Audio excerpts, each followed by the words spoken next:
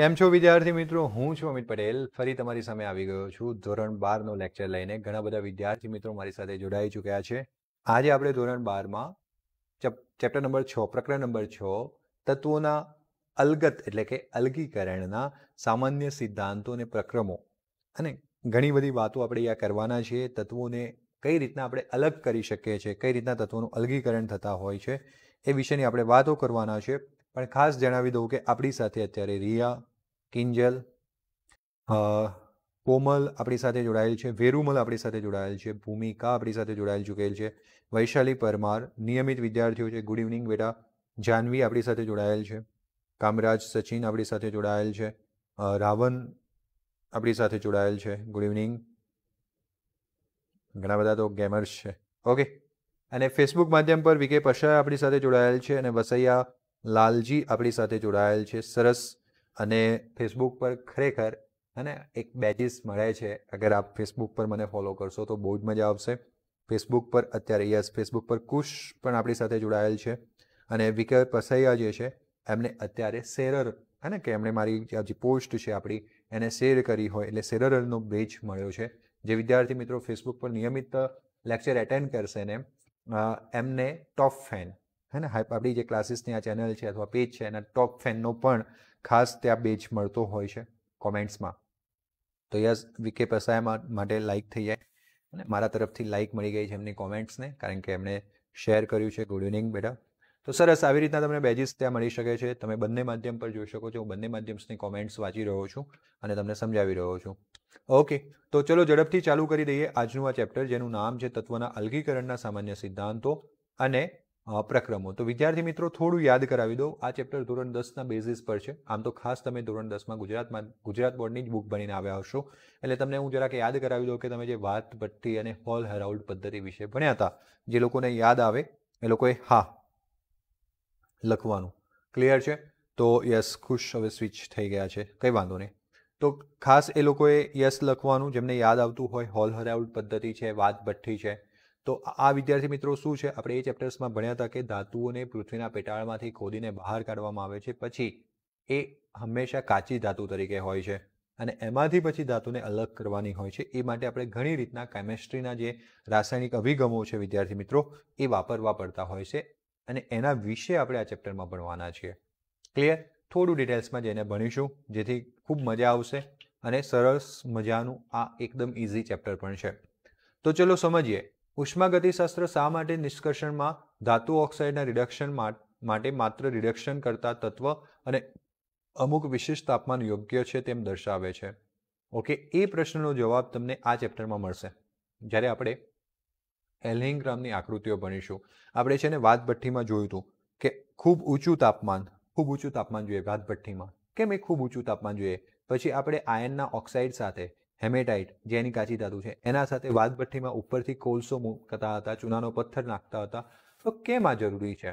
આ બધું આપણે અહીંયા ઉષ્માગતિશાસ્ત્રની મદદથી સમજવાના છીએ. ઉષ્માગતિશાસ્ત્ર નામનું ચેપ્ટર ધોરણ 11માં તમે ભણી ગયા છો. ધોરણ 11માં ચેપ્ટર નંબર 6 છે કેમેસ્ટ્રીમાં. ખૂબ મોટું ચેપ્ટર હતું, તમે સારી રીતના ભણ્યા હશો એવું માની લઈએ છીએ. ન ભણ્યા હોય તો એના કેટલાક સૂત્રો આપણે અહીંયા ઉપયોગમાં લેવાના છે, જેની હું બેઝિક એટલે કે પાયાની વાતો કરી લઈશ, જેથી કરીને તમે યાદ રાખી લેજો અને જેમને યાદ હશે એમનું રિવિઝન થઈ જશે. તો ચલો ફટાફટથી સ્ટાર્ટ કરીએ કે સંસ્કૃતિનો ઇતિહાસ પ્રાચીન નમૂનાઓમાં ઉપયોગમાં થયેલી ધાતુઓ સાથે ઘણી રીતે સંકળાયેલો છે અને આપણી આ જે માનવ સંસ્કૃતિ છે તે જુદા જુદા સમયગાળાને જુદી જુદી ધાતુઓના નામ આપવામાં આવ્યા હતા. ધાતુઓના નિષ્કર્ષણના કૌશલ્ય એટલે કે જે પૃથ્વીના આપણને આ ધાતુઓ મળે છે ક્યાંથી? તો પૃથ્વીના પેટાળમાંથી આપણને ખનિજો મળે છે, કાચી ધાતુ મળે છે અને પછી એમાંથી ધાતુને આપણે અલગ કરતા હોઈએ છીએ.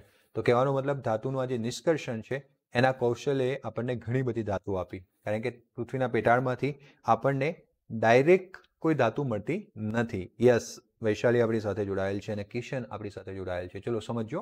પૃથ્વીના પેટાળમાંથી જ્યારે આપણે ખોદકામ કરીએ છીએ ને વિદ્યાર્થી મિત્રો, આપણને કોઈ ડાયરેક્ટ ધાતુ મળતી નથી. આપણને શું મળે છે? કાચી ધાતુ મળે છે. પછી એમાંથી આપણે ખનિજમાં જઈએ છીએ, પછી એમાંથી આપણે ધાતુને અલગ કરવી પડે છે. તો આ જે કૌશલ્યો છે આપણે માનવ સંસ્કૃતિ સાથે વિકસતા ગયા. માનવ સમાજમાં ઘણા ફેરફાર લાવી છે અને જેથી જ્યારે અલગ અલગ ધાતુઓ આપણને મળતી થઈ, આપણે એને નિષ્કર્ષણ કરતા શીખ્યા, ત્યારે આપણા જે માનવ સમાજ હતો એમાં ઘણા બધા ફેરફાર આવ્યા છે. તેમનાથી આપણે માનવ સમાજે શસ્ત્રો બનાવ્યા, સાધનો બનાવ્યા, આભૂષણો બનાવ્યા, વાસણો બનાવ્યા અને વગેરેમાં ધાતુને વાપરી. સાંસ્કૃતિક જીવનને આપણું સમૃદ્ધ બનાવી દીધું. ધાતુઓ જેને કેટલીક વખત પ્રાચીન નમૂનાની 7 ધાતુઓ કહેવામાં આવે છે. અને જે પ્રાચીન નમૂનાની 7 ધાતુઓ છે એમાં કઈ 7 ધાતુઓ વપરાય છે અથવા પ્રાચીન સમયમાં કઈ 7 ધાતુઓનો ખૂબ ઉપયોગ થતો હતો? તો એ છે વિદ્યાર્થી મિત્રો સોનું, તાંબુ, ચાંદી, સીસુ, કલાઈ, લોખંડ અને પારો. આ 7 ધાતુઓ પ્રાચીન નમૂનાની ગણવામાં આવે છે. એસક્યુમાં પૂછાઈ શકે તો યાદ રાખવાનું. વળી આપણી જે ઔદ્યોગિક ક્રાંતિ થઈ એટલે ક્યારે? જ્યારથી આપણે ઇન્ડસ્ટ્રીઝ નાખતા થયા, કંપનીઝ આપણે નાખતા થયા, કંપની આવતી થઈ. આ ઔદ્યોગિક ક્રાંતિ પછી આધુનિક ધાતુ કર્મવિધિનો વિકાસ ઘાતાંકીય રીતે એટલે બહુ જ ઝડપથી વધવા માંડ્યો છે. અને આપણે નોંધવું રસપ્રદ છે કે આજે ધાતુ કર્મવિધિ છે. ધાતુ કર્મવિધિ એટલે શું?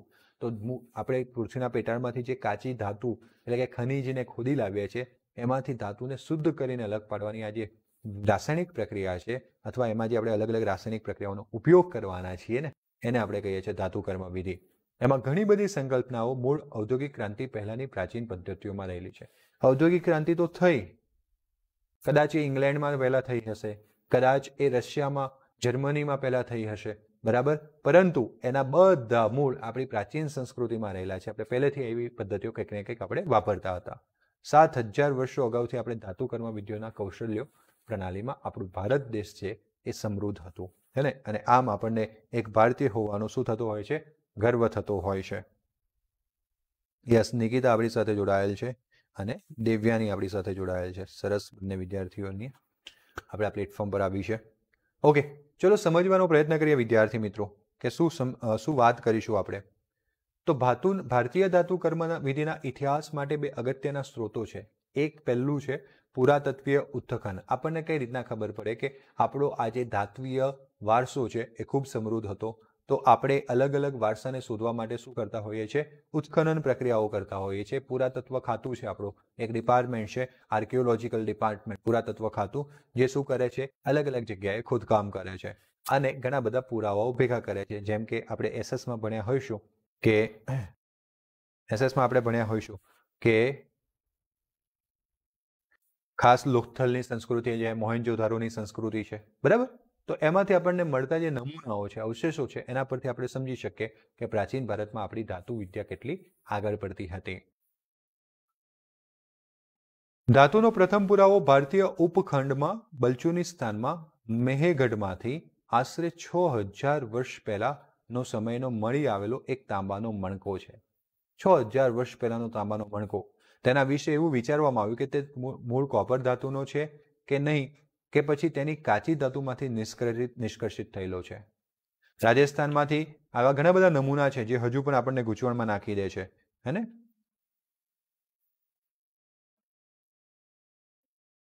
બેરુમલ શું કહેવું છે? યસ છે ને? યસ છે. ઓકે, ચલો. તો કાચી ધાતુમાંથી નિષ્કર્ષિત થયેલ છે. રાજસ્થાનની ખેતરીની પૌરાણિક ખાણોમાંથી અને હરિયાણાની મીઠાથાળમાંથી મળેલી હડપ્પા સંસ્કૃતિના કલા નમૂનાઓ રાજસ્થાન, ગુજરાત, મધ્યપ્રદેશ અને મહારાષ્ટ્રમાં પથરાયેલા 8 સ્થાનોમાંથી મળેલા કોપરના નમૂનાઓ વર્ણપટમીય અભ્યાસ ભારતમાં કોપર ધાતુ કર્મના ઉપખંડના ચાલ્કોલિથિક સંસ્કૃતિનો સમય સાબિત કરી દે છે. અને માત્ર એટલું જ નહીં કે જે આપણને બલ્ચુનિસ્તાનમાંથી તાંબાનો મણકો મળી આવ્યો હતો, અને એવા ઘણા બધા પુરાવા છે. જેમ કે રાજસ્થાનનું ખેતરી છે, ત્યાંનો પૌરાણિક ખાણોમાંથી આપણને કોપરના કેટલીક નમૂના મળી આવેલા છે. એવી રીતના હરિયાણાનું મીઠાથાળ નામનું જે વિસ્તાર છે ત્યાંમાંથી હડપ્પા સંસ્કૃતિના ઘણા બધા કલા નમૂનાઓમાંથી કોપરના નમૂનાઓ મળી આવ્યા છે. એવી રીતના આજે હડપ્પન સંસ્કૃતિ છે એ અલગ અલગ જગ્યાએ રાજસ્થાન, ગુજરાત, મધ્યપ્રદેશ, મહારાષ્ટ્રમાં અલગ અલગ જગ્યાએ 8 જગ્યાએ પથરાયેલા જે સ્થાનો છે એમાંથી આપણને કોપરના નમૂના મળી આવ્યા છે અને જે કોપરની ધાતુ કર્મ વિધિ બહુ જ પુરાની હોવાનું સૂચન કરે છે. ચાલ્કોલિથિક એટલે જેમાં થોડુંક ચાલ્કોજન, અને કહેવાનો મતલબ કે ચાલ્કોજન એટલે કે 16મા સમૂહના તત્વો એટલે ઓક્સિજન, સલ્ફર જેવું હોય, તો એમાંથી તાંબાની વસ્તુઓ જે મહદ અંશે ભારતીય રીતે બનેલી હોય તેવી સંભાવના જણાય છે. વસ્તુઓ બનાવવા માટેની ધાતુ નિષ્કર્ષણ માટેની કાચી ધાતુઓ જે છે એ અરવલ્લીની પર્વતમાળા, તમે સાંભળ્યું હશે, મોડાસા નજીક જે લોકો રહેતા હોય, અને મોડાસા જે છે હવે અરવલ્લી જિલ્લામાં આવે છે. ક્લિયર છે?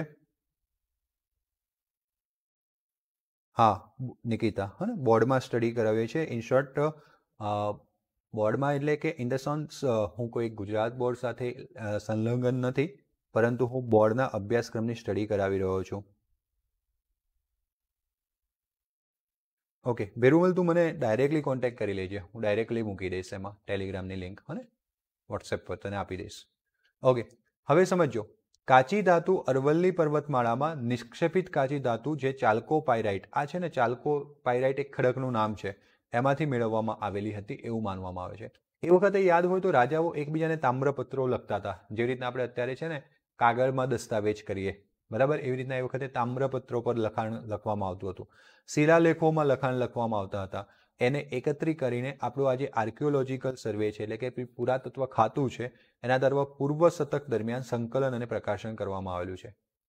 રાજવી દસ્તાવેજો તાંબાના પતરા પર કોતરવામાં આવતા હતા, જેને આપણે તામ્રપત્ર કહીએ છીએ. અત્યારે આપણે જે પેપરમાં ટાઈપિંગ કરીને દસ્તાવેજો બનાવીએ છીએ વિદ્યાર્થી મિત્રો, ઓકે, એ જે છે એ, હા તો હું બધાને વોટ્સએપ ગ્રુપમાં સેન્ડ કરી દઈશ. ચલો હવે ભણવામાં ધ્યાન આપો, શ્યોર, હા, હું બધાને વોટ્સએપ ગ્રુપમાં સેન્ડ કરી દઈશ. તો અત્યારે જે રાજવી દસ્તાવેજો છે એ તાંબાના પત્રામાં કોતરવામાં આવતા હતા એ વખતે.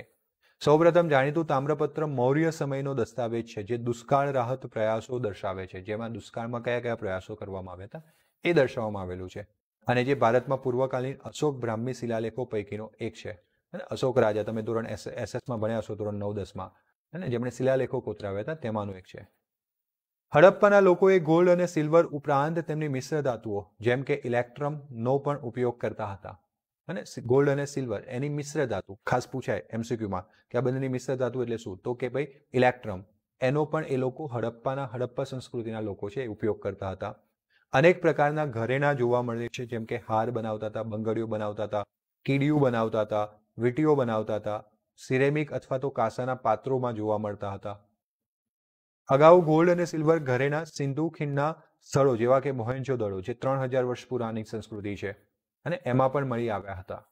આ બધા નેશનલ મ્યુઝિયમમાં નવી દિલ્હીમાં મૂકવામાં આવે છે. જે કંઈ આર્કિયોલોજીકલ ડિપાર્ટમેન્ટ સર્વે કરે તો ઘણી વખતે સ્ટેટ લેવલના હોય છે, ઘણી વખતે સેન્ટ્રલ લેવલ્સના હોય છે. તો અત્યારે એ દિલ્હી મ્યુઝિયમમાં મૂકવામાં આવેલા છે નમૂનાઓને. ભારતની એક વિશિષ્ટતા એ છે કે કર્ણાટકની માસ્કી વિસ્તારમાં આવેલા દુનિયાના સૌથી ઊંડી પ્રાચીન સોનાની ખાણ છે. અરે યાર, આપણા દેશનું નામ જ સોને કી ચિડિયા હતું, યાદ છે ને? અંગ્રેજો આવ્યા પહેલા આપણને સોનેની ચિડિયા કહેવામાં આવતી હતી, કારણ કે સોનાની ખાણો અહીંયા હતી. ઓકે, તો સોનાની ખાણ જે માસ્કી વિસ્તારમાં છે, જે કાર્બન ડેટિંગના અભ્યાસ અનુસાર પ્રથમ સહસ્ત્રાબ્દી અવધિ BCEના મધ્ય સમયમાં દર્શાવે છે, એટલે કે ખૂબ પુરાના સમયની આ વાત છે. ઋગ્વેદના સ્ત્રોતો ભારતમાં કાપવાળી ગોલ્ડની નિક્ષેપિત જગ્યાઓ દર્શાવે છે. ઋગ્વેદ આપણા વેદોમાં બહુ બધું જ્ઞાન રહેલું છે, જે આપણી પ્રાચીન ભારતીય સંસ્કૃતિની ઓળખ આપે જ છે, સાથે આપણને સાયન્સ અને ટેકનોલોજીનો પાયો પણ શીખવાડી દે છે વિદ્યાર્થી મિત્રો. તો આપણા ઋગ્વેદોમાં કાપવાળી ગોલ્ડ નિક્ષેપિત જગ્યાઓ ક્યાં છે એને દર્શાવવામાં આવેલી છે. પ્રાચીન સમયમાં સિંધુ નદી ગોલ્ડનો એક અગત્યનો સ્ત્રોત હતો. સોનું ત્યાંથી મળી આવતું હતું, અને નદીના કાપવાળી નિક્ષેપિત જમીનોમાંથી. રસપ્રદ છે કે કાપવાળું ગોલ્ડ આધુનિક સમયમાં પણ નોંધવામાં આવેલું છે. અત્યારે પણ આપણે એને નોંધીએ છીએ. એવું હાલમાં નોંધવામાં આવ્યું કે માનસરોવર વિસ્તારમાં અને થોક્યાલુંગ વિસ્તારમાં ગોલ્ડની મોટી મોટી ખાણો છે, સોનાની ખાણો છે. પાલી લખાણ એ વિસ્તારનું નામ છે. અંગુતારામાં નિકાયમાં કાપવાળી સુવર્ણ રજમાંથી અને કણમાંથી ગોલ્ડની પુનઃ પ્રાપ્તિ કરવામાં આવે છે. કાપ એટલે માટી, નદીઓ સાથે જે ઘસરાઈને આવે છે, પણ એ એવા ખડકોમાંથી કદાચ આવતું હશે કે જેથી સોનું અંદર ભળે છે, તો એ માટીના કણોમાંથી, રજકણોમાંથી સોનાને મેળવવામાં આવે છે. વૈદિક લખાણોમાં પણ ગોલ્ડના શુદ્ધિકરણના પુરાવા પ્રાપ્ત થયા છે. વેદોનો અભ્યાસ કરવામાં આવે તો વેદોમાં પણ સોનાને કઈ રીતના શુદ્ધ કરીને મેળવવામાં આવે છે તેના પુરાવા પ્રાપ્ત થયા છે. 3જી અથવા 4થી સદી BCEમાં મૌર્ય યુગમાં લખાયેલું કૌટિલ્યનું અર્થશાસ્ત્ર બહુ જ ફેમસ છે ને, તમને ખબર હશે, બરાબર છે? તો આ જે અર્થશાસ્ત્ર છે એની અંદર ખાણો અને ખનિજો અંગેના લાંબા વિભાગની રાસાયણિક પદ્ધતિઓ વિશેની પણ માહિતી આપવામાં આવેલી છે, કે કયા કયા ખાણો છે, ખનિજો મળી આવે છે, એમાંથી કઈ રીતના આપણે ધાતુઓને અલગ કરીશું. અર્થશાસ્ત્રમાં, કૌટિલ્યના અર્થશાસ્ત્રમાં જણાવવામાં આવેલું છે, જેમાં ગોલ્ડ છે, સિલ્વર છે, કોપર છે, લેડ છે, ટીન છે, આયર્ન એટલે કે લોખંડ છે, આમની કાચી ધાતુઓ કઈ કઈ છે, ઓળખાણ એનો સમાવેશ કરવામાં આવેલો છે કૌટિલ્યના અર્થશાસ્ત્રમાં. કૌટિલ્યએ અનેક પ્રકારના ગોલ્ડનું વર્ણન કર્યું હતું, સોના, જેને રસવિદ્યા નામ આપવામાં આવ્યું હતું. જે કુદરતી રીતે મળતું ગોલ્ડનું દ્રાવણ છે, એટલે કે સોનાનું દ્રાવણ છે. કાલિદાસ, હા ને, બાકી નથી રહ્યા, સંસ્કૃતમાં મહાન કવિ છે કાલિદાસ. એમના વિશે એવું કહેવામાં આવે છે કે એ જે દાળ પર બેઠા હતા એ જ દાળ કાપતા હતા, હે ને, નાનપણમાં. પરંતુ એમના સમયના મહાન સંસ્કૃત કવિઓમાંના એક કવિ છે અને એમણે પણ આવા દ્રવણો વિશે જણાવેલું છે એમની બુકોમાં, એમના પુસ્તકોમાં, એમના વેદોમાં. એ નવાઈની વાત છે કે લોકો આવા દ્રવણો કેવી રીતે ઓળખી કાઢ્યા, અને એ વખતે ન સાયન્સનો એસ, ન ટેકનોલોજીનો ટી, અને કોઈ ઇક્વિપમેન્ટ્સ નહીં. કઈ રીતના ઓળખી કાઢ્યા હશે, આપણા માટે ખૂબ રસપ્રદ વાત છે, નવાઈની વાત છે. કારણ કે અત્યારે આપણી જોડે બધું હોવા છતાં એ સાચી વસ્તુને આપણે ઓળખાણ નથી કરી શકતા, હે ને. તો એ વખતે લોકોએ કઈ રીતના ઓળખી કાઢ્યા હશે એ ખૂબ જરૂરી આપણા આપણને લાગતી નવાઈની વાત છે. પ્રાકૃતિક સોનું એટલે કે કુદરતમાંથી મળતી આવતું સોનું, તેમાં રહેલી અશુદ્ધિઓના પ્રમાણ અને પ્રકૃતિના પ્રમાણે જુદા જુદા રંગ ધરાવે છે. જો કે આપણે 5મા ચેપ્ટર્સમાં પણ વાત કરી હતું ને કે સોનું અલગ અલગ રંગ ધરાવે છે એના કલીલ દ્રાવણ પ્રમાણે, હે ને. તો એવી જ વાત આપણે અહીંયા કરીએ છીએ. સ્વાભાવિક છે કે પ્રાકૃતિક સોનાનો રંગ ગોલ્ડના શુદ્ધિકરણના વિકાસ માટે મુખ્ય ચાલક બળ હોઈ શકે. એટલે કે કુદરતી સોનાનો રંગ જોઈને આ લોકો ઓળખાણ કરતા હશે અને પછી શુદ્ધિકરણની પ્રક્રિયા અપનાવતા હશે. ગંગાની ખીણ લઈ લો, વિદર્ભની ટેકરીઓ લઈ લો, એમના મધ્ય ભાગમાં તાજેતરમાં જે ખોદકામ કરવામાં આવ્યું એ દર્શાવે છે કે 1800 વર્ષ પહેલાના અગાઉના સમયમાં ત્યાં લોખંડ હશે. શું હશે? લોખંડ. ઉત્તર પ્રદેશમાં પુરાતત્વ દ્વારા કરવામાં આવેલ તાજેતરના ખોદકામમાં લોખંડની ભઠ્ઠીઓ મળી આવી છે. તાજેતર એટલે કે 100-200 વર્ષ પહેલાની અંદરનું જોઈ શકીએ આપણે, એટલે કે 1-2 સદીની અંદરની વાત કરીએ તો અંદરથી આપણને ખોદકામની અંદરથી ભઠ્ઠીઓના અવશેષો મળ્યા છે. મતલબ કે આ શું બતાવે છે કે એ વખતે પણ લોખંડની ભઠ્ઠીઓ ચાલતી હશે. કલાકૃતિઓ, ટ્વીયર, સ્લેગના સ્તર, લોખંડ તમે આપણે જોઈશું લોખંડનું શુદ્ધિકરણ એટલે સ્લેગ બને, એના સ્તર આપણને મળી આવ્યા છે. રેડિયોકાર્બન ડેટિંગ પદ્ધતિથી આપણે આયુષ્ય જાણી શકીએ, કેટલું પુરાનું છે જાણી શકીએ. તે વસ્તુનો સમયગાળો 1800 થી લઈને 1000 BC વચ્ચેનો દર્શાવવામાં આવેલો છે, નિર્દેશ કરવામાં આવેલો છે. આવા ખોદકામના પરિણામો સૂચવે છે કે જે લોખંડ પ્રગલન પ્રક્રિયા છે, એટલે કે લોખંડની જે સ્મેલ્ટિંગ પ્રક્રિયા છે અને લોખંડની જે કલાકૃતિઓના ઉત્પાદન વિશે પૂર્વીય વિંધ્યવાળો પ્રદેશ હતો, યાદ છે ને, વિંધ્ય પ્રદેશ, એમાં સારી એવી જાણકારી હશે. અને તે અગાઉ દ્વિતીય સહસ્ત્રાબ્દીમાં મધ્ય ગંગાના મેદાનોમાં તેનો ઉપયોગ પણ થતો હશે. લોખંડની કલાકૃતિઓના જથ્થા અને સમજો, આવા આપણે 2-3 પેજ ભણવાના છે.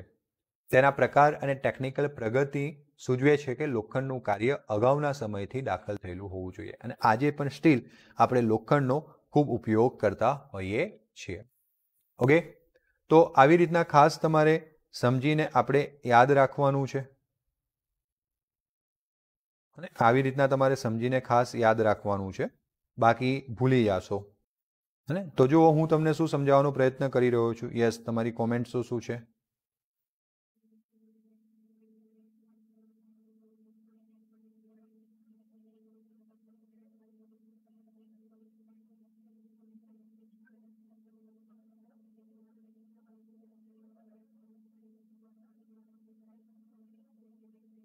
ઓકે, 1 મિનિટ આપજો.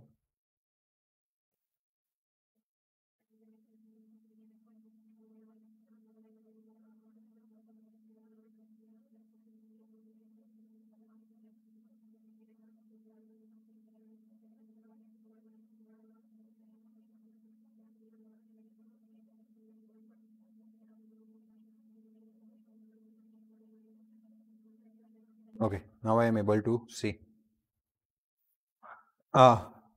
ક્વેશ્ચન્સ કંઈક ખુશ તરફથી આવ્યો છે કે ભાઈ BC એટલે શું? તો યસ, ઈસવીસન પૂર્વે. માનસીએ જણાવી દીધું ઈસવીસન પૂર્વે. પહેલા આપણે નતા કહેતા ખ્રિશ્ચન ઈસવીસન પૂર્વે, બરાબર? એવી રીતના ઈસવીસન પૂર્વે, હે ને, આટલા વર્ષે આ જે ટ્રોડર્સ કરીને જે આવ્યો તો વર્ષ, હે ને, જે જુઓ ઘણા બધા લોકો અંદર પણ જવાબ આપી દે છે અને સારી વાત છે. અને આપણે અહીંયા વાત કરી હતી કે ટ્વીયર્સ એટલે શું છે? એ ભઠ્ઠીમાં વપરાતા સાધનો છે, હે ને, પીક કામ માટે, એમને પીટવા માટે, બરાબર, જે વપરાતા સાધનો હોય છે તે હોય છે. અને તો ચલો હવે આગળ વધવાનો પ્રયત્ન કરીએ આપણે. તો હા, જો આપણે પહેલાં થોડુંક છે ને સંસ્કૃતિ વિશે ભણવાના છીએ, એટલે કે ઇતિહાસ વિશે ભણવાના છે. ધાતુઓ કઈ રીતના ભારતમાં ઉપયોગમાં થતી આવી છે, કઈ કઈ સંસ્કૃતિમાં એના પુરાવા આપણને મળ્યા છે કે જે આપણે મૂળભૂત બહુ જ પુરાના સમયથી ધાતુનો ઉપયોગ કરી રહ્યા છે. અને પછી આપણે મેઇન કેમેસ્ટ્રીના ચેપ્ટર્સ પર આવીશું. પ્રસ્તાવનામાંથી કદાચ મારા મતે કોઈ થિયોરી ન પૂછાઈ શકે, પરંતુ એક માર્ક્સના MCQ શોર્ટ ક્વેશ્ચન્સ પૂછાઈ શકે. ઓકે, તો ધ્યાન આપીશું. અગાઉથી લોખંડના કાર્ય વિશે આપણું એક સ્વતંત્ર કેન્દ્ર હતું એવું આપણા પુરાવાઓ જણાવે છે. લોખંડનું પ્રગલન એટલે કે સ્મેલ્ટિંગ, લોખંડ જે શુદ્ધ લોખંડ હોય ને વિદ્યાર્થી મિત્રો, એ કદી પણ વપરાતું નથી. ઓકે, અને એ કદી પણ આપણે વપરાતું નથી. બિફોર ક્રિશ્ચિયન્સ, BCEનું ફૂલ ફોર્મ એવું થાય, બિફોર ક્રિસ્ટ. ઓકે, એરા, ઈનો મતલબ થાય એરા અને સીનો મતલબ થાય ક્રિસ્ટ, એન્ડ બિફોર એટલે અગાઉ, ઈસવીસન પૂર્વે, ઈસુ ખ્રિસ્તના જન્મ પહેલા અને ઈસુ ખ્રિસ્તના જન્મ પછી, અને આવી રીતના સમયને નોંધવામાં આવે છે. યુગો ઇન શોર્ટ, એરા એટલે યુગ થાય પાછું. આવું બધું તમે જેટલું અંદર ખોદશો એટલા અંદર જશો. આપણા રસાયણ વિજ્ઞાનની ભાષામાં આની કદાચ વધારે મહત્વ નથી, મને એવું લાગે છે. અને ચલો આવો આપણે પાછા ટોપિકમાં. વિંકેશ આપણી સાથે જોડાયેલ છે. તો લોખંડનું પ્રગલન એટલે શું બેટા? સ્મેલ્ટિંગ. અને લોખંડનો ઉપયોગ દક્ષિણ ભારતના મહાપાષણ, પાષણ યુગ એટલે ધાતુ યુગ, સંસ્કૃતિમાં વિશેષ કરીને પ્રસ્થાપિત થયેલો છે. ઘડતર લોખંડ એટલે કે હા, મેં તમને એ વાત કરતો હતો કે સ્મેલ્ટિંગ એટલે શું? તો લોખંડ જે તાજું અથવા શુદ્ધ હોય એને કદી આપણે ડાયરેક્ટ ઉપયોગ નથી કરતા. એમાં થોડાક પ્રમાણમાં કાર્બન વગેરે ઉમેરવું પડે, જેને લોખંડનું સ્મેલ્ટિંગ કહીએ છીએ. પછી આપણે અલગ અલગ લોખંડ બનાવવા પડે અંદર, કાર્બનનું પ્રમાણ વેરી કરીને, જેને આપણે ઘડતર લોખંડ કહીએ છીએ. ઘડતર લોખંડ, જેને ઘડતર એટલે કે ફોર્જિંગમાં ભારતમાં પ્રથમ સહસ્ત્રાબ્દી સી એટલે કે ખ્રિસ્તીય એરા અને ઈસુ ખ્રિસ્ત ભગવાનનો જે યુગ હતો તેમાં ટોચ ઉપર હોવું જોઈએ. મતલબ કે એ વખતે આ બધામાં આખા દુનિયામાં ભારત જોડે આ નોલેજ હતું એવું કંઈક કહેવા માંગે છે. ગ્રીકમાં આવેલા ભારતના કૃષિબલ પદ્ધતિથી સ્ટીલનું ઉત્પાદન થાય છે. ગ્રીકનો અહેવાલ એવું કહેતો હતો એ વખતે કે ભારતમાં કૃષિબલ પદ્ધતિથી એટલે કે સ્ટીલના ઉત્પાદન કરવાની પદ્ધતિનું નામ છે. સ્ટીલ એટલે શું? લોખંડની અંદર ક્રોમિયમ, મેંગેનીઝ, નિકલ જેવી ધાતુઓ ઉમેરીને મિશ્ર ધાતુ બનાવવું. આ પદ્ધતિમાં લોખંડ છે, ચારકોલ છે, કાચ છે, એને એક સાથે ક્રુસિબલમાં આપણે શું કરીએ છીએ? મિશ્ર કરતા હોઈએ છીએ. યસ, હે ને? શાલિની પટેલ આપણી સાથે ફેસબુક માધ્યમ પર જોડાયેલ છે અને અત્યારે એમની જોડે યસ ટોપ ફેનનો બેચ છે. અને વારે ઘડીએ જો એમને રેગ્યુલરલી લેક્ચર્સ કોઈ એટેન્ડ કરશે ફેસબુક પર અને કન્ટિન્યુઅસલી જોશે, કોમેન્ટ્સ કરશે, તો એને ટોપ ફેનનો બેચ મળતો હોય છે. અને ચલો, એમની કોમેન્ટ્સમાં ટોપ ફેન લખાઈને આવતું હોય છે. યસ, તો ટોપ ફેન થવા બદલ તમને ખૂબ ખૂબ આભાર. તો દરેક વિદ્યાર્થી મિત્ર ટ્રાય કરે ફેસબુક માધ્યમ દ્વારા બેચ લેવાનો, જેથી કરીને તમારું કામ પણ થઈ જશે અને કે તમારું રિવિઝન થઈ જશે, તમને વિડીયો પણ સારી રીતના સમજણમાં આવી જશે જો તમે આંખો દેખશો તો. લોખંડ પીગળે અને કાર્બનને અવશોષિત લે ત્યાં સુધી તેને ગરમ કરવામાં આવતા હતા. કૃષિબલમાં મિશ્ર કરવામાં આવતા હતા. એ કૃષિબલમાં એટલે પાત્રમાં, અને ત્યાં સુધી લોખંડ જ્યાં સુધી પીગળે ના અને અંદરનો કાર્બનને અવશોષિત ન કરી લે ત્યાં સુધી એને સતત ગરમ કરવામાં આવતું હતું. આધુનિક ગુણવત્તાવાળા સ્ટીલના ઉત્પાદન માટે ભારત એક મુખ્ય નાવીન્ય લાવનાર તરીકે હતું. નાવીન્ય એટલે કે નવી વસ્તુ, નવી ટેકનોલોજી, બદલાવ લાવનાર પણ ભારત મુખ્ય હતું.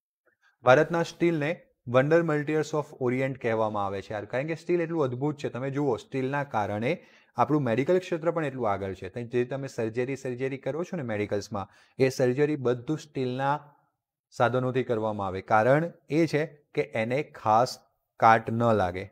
ઓકે, એને ખાસ કાટ ન લાગે, એને હવાની અસર ન થાય, એને પાણીની અસર ન થાય, એટલા માટે સ્ટીલ ખૂબ ઉપયોગી છે. અને આમ આપણે એક નવી જ દિશા આપી દુનિયાને, એટલા માટે વન્ડર મટીરિયલ ઓફ ઓરિયન્ટ તરીકેને ઓળખવામાં આવતું હતું.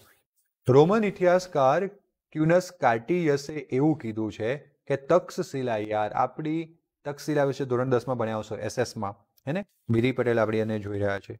જો શું વાત કરી હતી આપણે? તક્ષશિલા એ આપણી ભારતની 4 યુનિવર્સિટીઓ, અત્યારે આપણે યુનિવર્સિટી કહીએ છીએ ને, એ શિક્ષા મંદિરોમાંનું એક શિક્ષા મંદિર છે. અને એ વખતે એને યુનિવર્સિટી ગણવામાં આવતું હતું. અત્યારે આપણે આમ ફોરેન ભણવા જઈએ છીએ, એ વખતે બાળકો અહીંયા ભણવા આવતા હતા ફોરેનમાંથી. અને એક ચાઇનીઝ હતા ને, એ તો એમની જોડે તક્ષશિલામાંથી 500-700 બુક ચોરીને લઈ ગયા હતા. તો આ હતી આપણી ભવ્ય વારસાની વાતો. તો તક્ષશિલા પાસે તક્ષશિલાના પોરેસે મહાન સિકંદરે આપેલી ભેટોમાંની એક હતી 2.5 ટન વુડ સ્ટીલ. અને એમણે વુડ સ્ટીલનો એક પ્રકાર હશે એવો 2.5 ટન જે છે એમને ગિફ્ટ આપ્યું હતું. અને વુડ સ્ટીલની પ્રાથમિક રીતે વધુ પ્રમાણમાં કાર્બનનું પ્રમાણ વેરી કરીને સ્ટીલના નામ બદલી શકાય 1 થી 1.9% ધરાવતું હતું. વુડ્સ એ ઉક્કુ શબ્દનો અંગ્રેજી અનુવાદ છે જે કર્ણાટક અને આંધ્રપ્રદેશમાં સ્ટીલ માટે વપરાય છે. ઉક્કુ એટલે સ્ટીલ. સાહિત્યિક અહેવાલો એવું સૂચવે છે કે ભારતીય ઉપખંડના દક્ષિણ ભાગમાંથી ભારતીય વુડ સ્ટીલ યુરોપ અને આરબ પ્રદેશોમાં નિકાસ કરવામાં આવતું હતું. આપણું આ સ્ટીલ યુરોપ અને આરબ પ્રદેશોને વેચવામાં આવતું હતું. તે મધ્ય પૂર્વમાં અગ્રેસર બન્યું. તેને દસમસ સ્ટીલના નામ આપવામાં આવ્યું. પછી મધ્ય પૂર્વમાં આગળ આવ્યું અને એમાં થોડોક સુધારા કરીને દમાસસ સ્ટીલ નામ આપવામાં આવ્યું. દસમસ ખોટું બોલ્યો તો દમાસસ સ્ટીલ નામ આપવામાં આવ્યું. અને એવું કહેવાય છે ને કે ટીપી સુલતાનની તલવાર આ દમાસસ સ્ટીલમાંથી બનાવવામાં આવેલી હતી. યાર જબરજસ્ત, બ્રિલિયન્ટ, હે ને? સો ક્લિયર? સમજાઈ ગયું? હે ને? માનસીની કોમેન્ટનો જવાબ આપું. માનસી એવી કોમેન્ટ કરી છે કે you are intelligent in all subject. એટલા માટે કારણ કે હું ધોરણ 9માં મેથ્સ સાયન્સ એસએસ, 10માં મેથ્સ સાયન્સ એસએસ, 11માં કેમેસ્ટ્રી ફિઝિક્સ, 12માં કેમેસ્ટ્રી ફિઝિક્સ, બંને મીડિયમ કન્ટિન્યુઅસલી કોન્ટેક્ટમાં છું, કન્ટિન્યુઅસલી ભણાવું છું. સાથે મેં એન્જિનિયરિંગ કર્યું છે, mechanical engineering, masters of engineering complete કર્યું છે થર્મલી, મેં બેચલર ઓફ એજ્યુકેશન્સ કમ્પ્લીટ કર્યું છે અને સ્ટીલ હું ભણતો પણ હોઉં છું. સાથે સાથે મારું ભણવાનું પણ ચાલુ છે. અત્યારે મારું એડમિશન્સ માસ્ટર ઓફ એજ્યુકેશન્સમાં થવા જઈ રહ્યું છે. તો કહેવાનો મતલબ શું છે? કન્ટિન્યુઅસલી બુકો સાથે અભિપ્રાય મારો મતલબ એક એટેન્શન્સ છે પુસ્તકો પ્રત્યે અને શિક્ષણ પ્રત્યે, જેથી કરીને બધું મગજમાં સ્ટોર થઈ જાય. તમે પણ એવો હાઈ પોટેન્શિયસ, તમે મગજથી સ્ટ્રોંગ થઈ જાઓ અને તમે ખાસ એવું ધારી લો કે આ કરવું જ છે તો થશે. કંઈ અઘરું નથી. અત્યારે તમારે ખાસ ધોરણ 12નો ગોલ બનાવવાનો છે. નિયમિત મહેનત એમાં કરવાની છે. આજે મેં તમને એક કોટ્સ મોકલ્યો હતો, મતલબ કે એક સુવિચાર મોકલ્યો હતો. તો એક બેઝિકલી હું પ્રોપર ગ્રેજ્યુએશન મારું ફર્સ્ટ ગ્રેજ્યુએશન એન્જિનિયરિંગમાં થયું, સેકન્ડ ગ્રેજ્યુએશન મારું એજ્યુકેશનમાં થયું. એક બેચલર ઓફ એન્જિનિયરિંગની ડિગ્રી છે મારી જોડે, એક બેચલર ઓફ એજ્યુકેશનની ડિગ્રી છે. પછી મેં માસ્ટર્સ ઓફ એન્જિનિયરિંગ કમ્પ્લીટ કર્યું અને હવે હું માસ્ટર્સ ઓફ એજ્યુકેશન કમ્પ્લીટ કરવા જઈ રહ્યો છું. એ પછી મારી જોડે 2 બેચલર ડિગ્રી હશે અને 2 માસ્ટર્સ ડિગ્રી હશે. દેન પછી હું આગળ કંઈક વિચારીશ. જો હું શું વાત કરી રહ્યો હતો, હા, મેં તમને આજે એક વિચાર મોકલ્યો હતો ને ગ્રુપમાં. જે લોકો ગ્રુપમાં હશે, હું રોજ સવારે એક વિચાર મોકલું છું. તમે એમાં એવું હતું કે તમે જેટલું કરો છો એટલું જ કરશો તો તમને જેટલું મળે છે એટલું જ મળશે.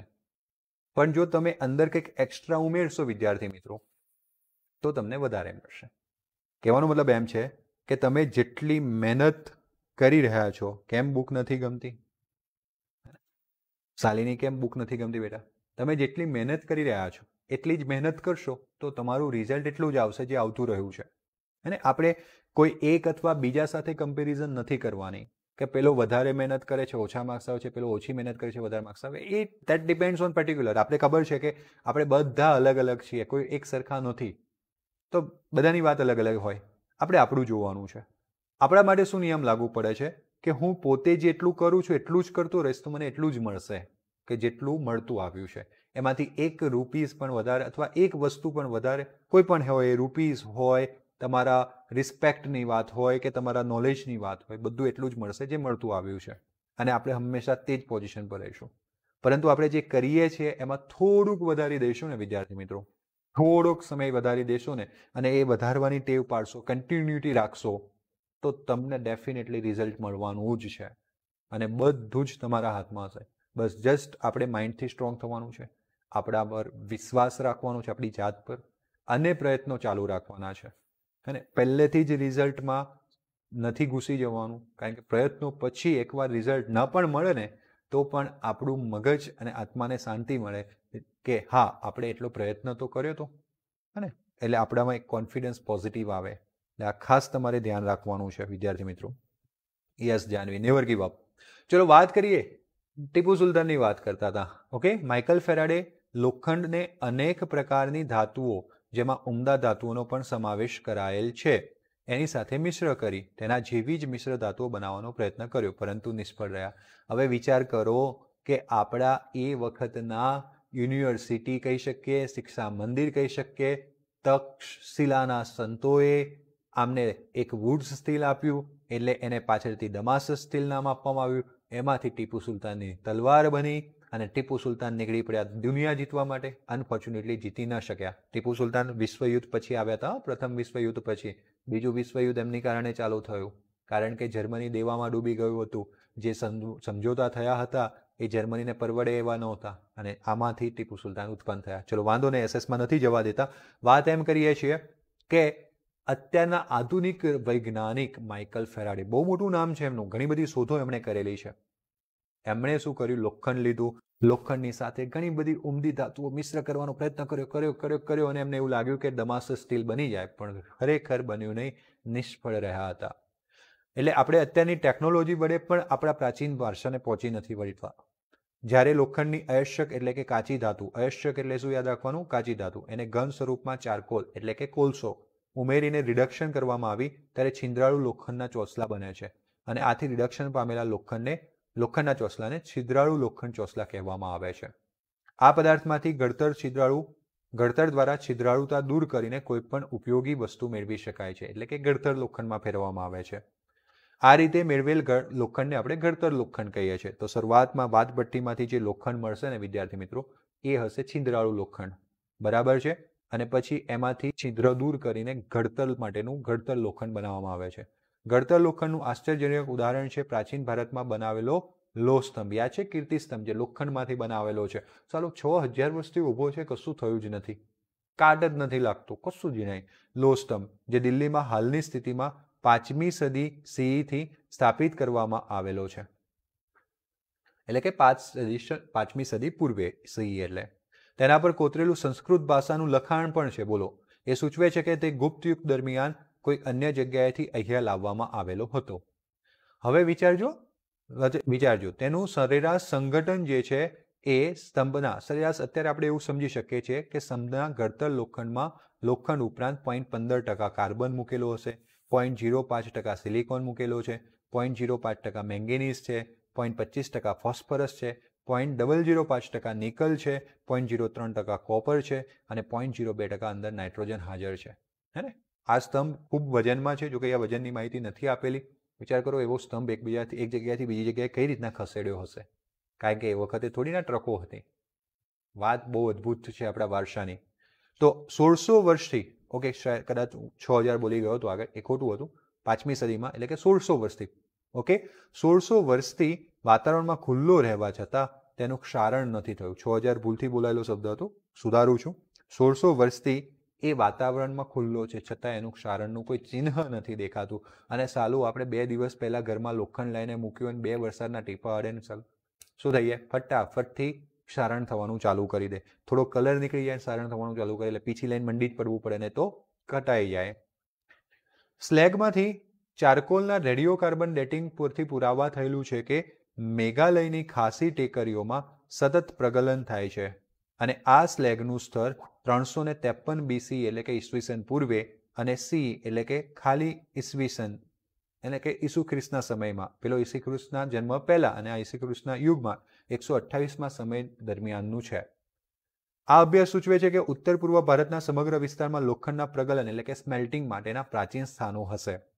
અગાઉ લોખંડના અયસ્યક એટલે કે કાચી ધાતુના ખોદકામના અવશેષો લોખંડનું ઉત્પાદન અત્યારે હાલમાં પણ ખાસી ટેકરીઓમાં દ્રશ્ય ભૂમિમાં જોવા મળે છે. એટલે કે ટેકરીઓની અંદર ખાડા જોવા મળે છે, ખીણો બનાવેલી જોવા મળે છે. એ આપણને બતાવે છે કે ત્યાંથી લોખંડનું શું થયું હશે? ખોદકામ થયું હશે.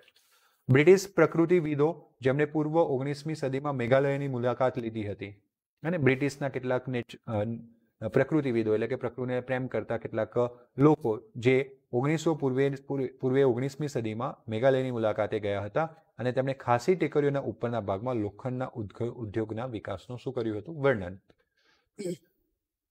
રાજસ્થાનની ઝાવર ખીણોમાં, તમે રાજસ્થાનમાં જશો તો રાજસ્થાનની ઝાવર પ્રદેશની ખીણો છે અથવા ખાણો છે, એમાં 6ઠ્ઠી અથવા 5મી સદી દરમિયાન ઝીંકના ઉત્પાદનનું, તમે જશો ને એટલે ત્યાં તમને ઝીંકના બોર્ડ દેખાશે જ. એમની કંપની ઝીંક મેન્યુફેક્ચરિંગ કંપનીના બોર્ડ દેખાશે, કારણ કે લાસ્ટ યર દિવાળી પર હું ગયો તો મેં જોયું હતું.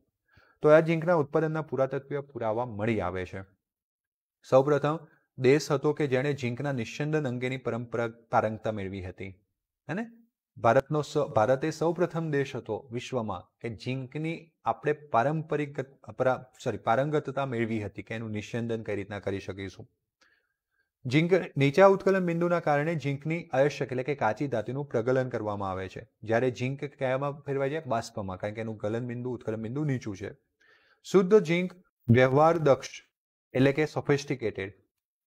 સોફિસ્ટિકેટેડ એન્ડ અધોમુખ એટલે કે ડાઉનવર્ડ નિસ્યંદન પદ્ધતિથી ઉત્પન્ન કરી શકાય. ડાઉનવર્ડ એટલે શું? પાણીમાં એ નીચે છોડવામાં આવે, બરાબર, નીચે એનું સ્થાનાંતર થાય અને એ પદ્ધતિથી એની બાષ્પને કલેક્ટ કરવામાં આવે. બાષ્પના નીચેના સંગ્રહ પાત્રમાં નીચે તરફ જાય બાષ્પ, અને પાત્રમાં પાણી ભરેલા પાત્રમાં બાષ્પ છોડો એટલે નીચે તરફ જાય એટલે ડાઉનવર્ડ જાય, અને નીચે કન્ટેનર રાખવામાં આવે, એની અંદર એ સંગનિત એટલે કે ભેગી કરવામાં આવે છે. આ પદ્ધતિ પારાને લાગુ પાડવામાં આવી હતી. ઝીંકવાળી પદ્ધતિ સેમ પારાને લાગુ પાડવામાં આવી. ભારતીય ધાતુ કર્મવીરો આ પ્રવિધિમાં નિષ્ણાત હતા. આનું 14મી સદીના સંસ્કૃત લખાણોમાં વર્ણન કરવામાં આવેલું છે. આ બધી વાતો આપણે વેદો પરથી અને વર્ણનો પરથી કહી રહ્યા છે. ભારતીયોને પારા વિશેનું જ્ઞાન હતું. તેઓ તેનો વૈદિકીય હેતુ માટે ઉપયોગ કરતા હતા. ખોદકામ વૈદિકીય હેતુ માટે, મતલબ કે પારાની ભસ્મ બનાવીને ખરેખર એ વખતે કેન્સર જેવા રોગોને મટાડવામાં આવતા હતા. એવા એના જેવા ભયંકર રોગોને મટાડવામાં આવતા હતા. એટલે વૈદિક એટલે કે મેડિકલ રીતે એનો ઉપયોગ કરતા હતા. ખોદકામ અને ધાતુ કર્મના વિકાસમાં બ્રિટિશ સાંસ્થનિક યુગ દરમિયાન અધોગતિ આવી ગઈ. હા, આટલા સુધી બહુ જ મજા આવી ભારત વિશે સાંભળવાની. પણ જેવી 16મી સદી આવી, બ્રિટિશ ઈસ્ટ ઇન્ડિયા કંપનીની સ્થાપના થઈ, 18મી સદી સુધીમાં તો આપણો નથી બોલવું, અને આપણી અધોગતિ થઈ ગઈ. એટલે કે જેટલા આગળ હતા બધા પાછળ જતા રહ્યા. ગુલામીમાં આપણો દેશ સપડાઈ ગયો. 19મી સદીમાં ફરી રાજસ્થાનની ખાણો કે જે લગભગ લુપ્ત થવા આવેલી હતી તે લગભગ છોડી દેવામાં આવેલી, અને તેમાં ખોદકામ અંગેનો પાછો વેગ આવ્યો. હવે શું થયું? 19મી સદી આવી એટલે પાછો દેશ આઝાદ થયો. હવે દેશ આઝાદ થયો, જે એકચ્યુઅલીમાં ખાણો લુપ્ત થઈ ગઈ હતી એને પાછી ખોદવાની ચાલુ કરવામાં આવી. 1947માં જ્યારે ભારતને આઝાદી મળી ત્યારે વિજ્ઞાન વિશેના યુરોપીય સાહિત્યોને પોતાની મેળે દેશમાં ધીમે ધીમે માર્ગ શોધી કાઢ્યો હતો, અને આમ આપણા વેદો જે છે એ ખોવાઈ ગયા. યુરોપના લોકો આવ્યા ને, એટલે યુરોપના લોકોએ 200 વર્ષ આપણી ઉપર રાજ કર્યું. 1-2 વર્ષ ને 2 સદી સુધી રાજ કર્યું. એટલે એમના છોકરા બોકરા બધું અહીંયા રહેવા માંડ્યા હતા. એટલે એમને છોકરાઓને ભણાવવા માટે એમને ઇંગ્લિશ સ્કૂલો ચાલુ કરી, અને એમાંથી આપણા લોકોને પણ એડમિશન આપવાનું ચાલુ કર્યું. એટલે આપણી જે પ્રજા હતી એ યુરોપીય માર્ગ પર વળી ગઈ. એમના સાહિત્યોનો અહીંયા શું થયો? સમાવેશ થયો, અને એમણે પોતાનો રસ્તો શોધી લીધો. આમ આપણી જે પશ્ચાત સ્વાતંત્ર્યતા હતી એ યુગમાં ભારત સરકારે રાષ્ટ્રની ઘડતરની પ્રક્રિયા શરૂઆતની જુદી જુદી વિજ્ઞાન અને ટેકનોલોજીની સંસ્થાઓની સ્થાપના કરી, જેના વિશે આપણે તત્વોના નિષ્કર્ષણની આધુનિક પદ્ધતિઓ વિશે શીખીશું. આપણી જોડે પણ અત્યારે વિજ્ઞાન અને ટેકનોલોજીની ઘણી બધી સંસ્થાઓ છે, પરંતુ આ બધી સંસ્થાઓ વિજ્ઞાન અને ટેકનોલોજી ક્ષેત્રે કઈ રીતના કામ કરે છે એ બધું સ્પેસિફિક એરિયા બધાના અલગ અલગ છે.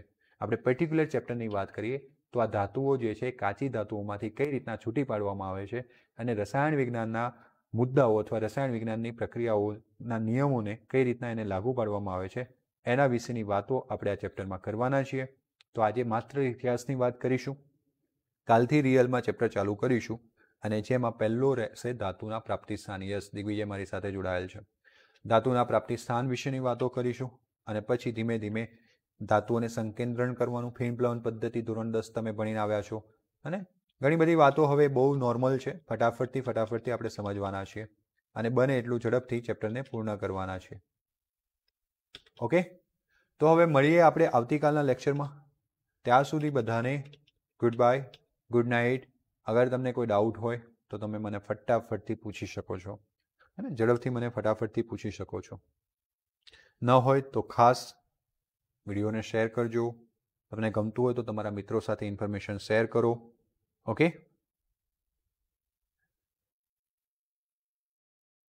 શ્યોર. મારે લેક્ચર નથી લેવાનું ગૂગલ મીટ પર, પરંતુ તમારી બધા સાથે ઇન્ટ્રોડક્શન્સ કરવાનું છે યાર. આમ તો તમે બધા મને ફેસથી પણ ઓળખી ગયા છો.